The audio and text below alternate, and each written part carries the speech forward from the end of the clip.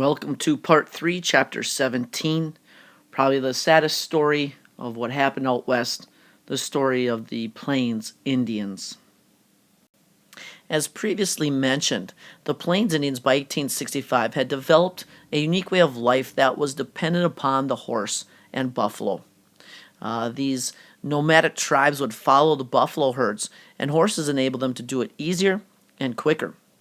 But it was the buffalo that was probably the most important animal, as it provided everything the natives would need, from food and fuel to tools, clothing, and shelter. And to defend their hunting grounds and tribal lands, oftentimes these tribes would be at war with each other. However, it wasn't the type of war that we picture like the Civil War that lasted a long time and took many lives, but it was more about like a way to gain respect and honor than killing the enemy. In fact, one practice known as counting coup was when the braves would sneak up or ride up to an enemy, touch them, and then escape with their lives. It kind of showed their bravery, deceit, and skills, and brought them great honor and that they could do that without being captured or killed themselves. However, as the train companies looked to protect their interests, and the United States government looked to control the Native American population, both soon resort to the slaughter of buffalo to accomplish their goals. In fact, from 1872 to 1874, over 3 million buffalo were killed each year, nearly wiping the buffalo herds to extinction. When once millions of buffalo used to roam the plains, there was left to only thousands after the slaughter of these buffaloes. Now, what that forced the natives to do was to kind of give up their nomadic way of life, and they had to rely upon the government and sign treaties to go onto reservations, which really disrupted how they lived and even threatened their own survival. And as these tribes were forced onto reservations, many times they weren't provided the materials they were promised, whether it was food, clothing, cloth to make things, tools and seed for farming. And sometimes these Native Americans became desperate. And at Sand Creek in Colorado, some Native Americans had left the reservation and killed and stolen some goods from some nearby settlers.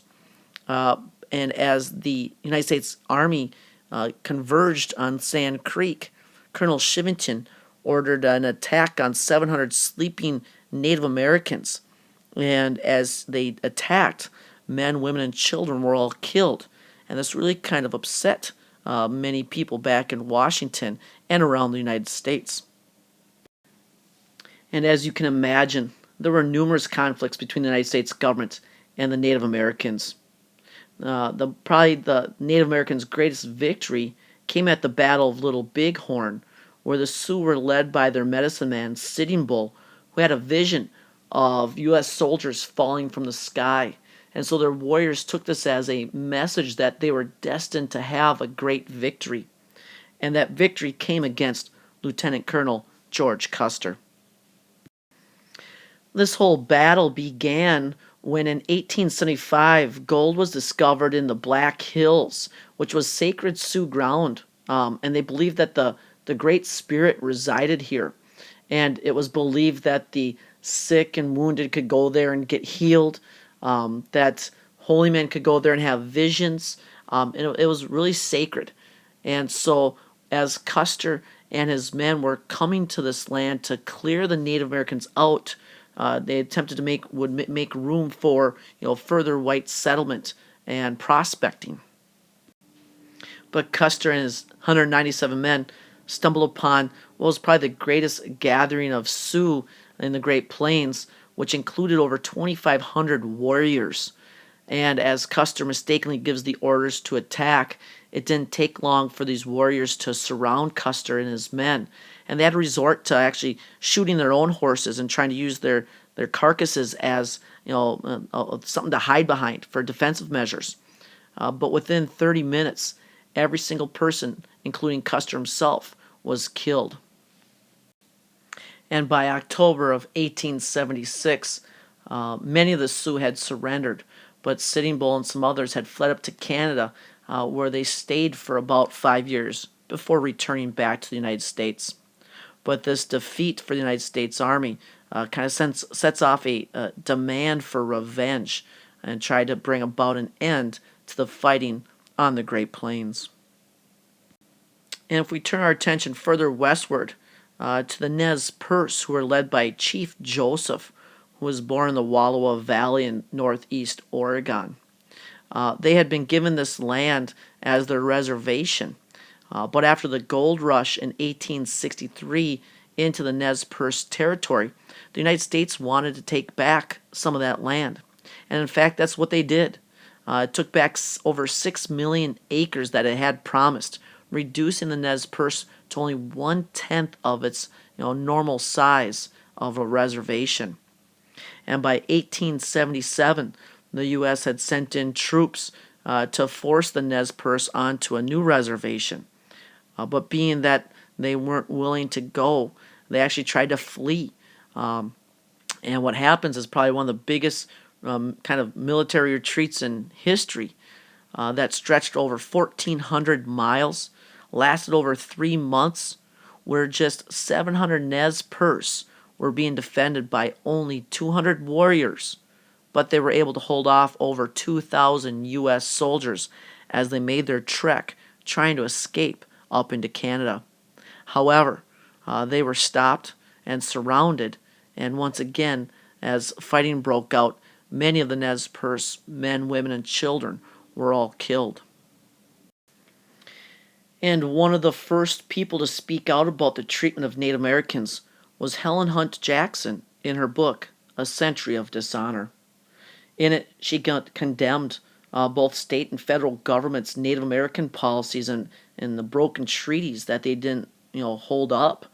And she demanded reform in these Native American policies, as she was probably the first author to draw attention to the Native American conditions. And yet, we saw a continuing of attack on Native American culture with the Dawes Act of 1887. What this attempted to do was to assimilate the Native Americans into the United States way of life, and kind of Americanize them and give them American style of clothing, language, and customs. And what it really did was take power from the tribal chiefs, as it promised 160 acres to families, or 80 acres to any Native American man, and if they would settle it and farm it, it laid the groundwork for them to become citizens and establishing private property. But it really did just kind of weaken control of the tribal chiefs and disrupt the Native American way of life further.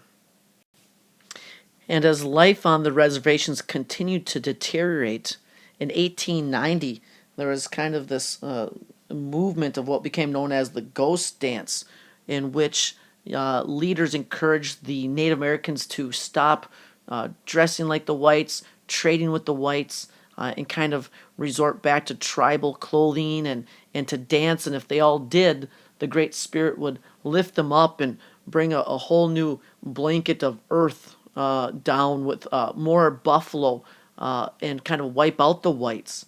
But what happened was, as they stopped trading and communicating, the United States government thought that maybe an attack was being planned. And so, as the American government feared an attack, the U.S. military was once again sent in. And as tensions continued to mount, even Sitting Bull was killed. And as the U.S. government pursued the Sioux and tried to force them to stop dancing, eventually near Wounded Knee Creek in 1890, over 200 men, women, and children are once again gunned down as shells ripped through teepees and through the crowds. And this, what becomes known as the massacre at Wounded Knee, basically is the end of tensions between the Plains Indians and the United States government, bringing to a close a sad chapter in United States history.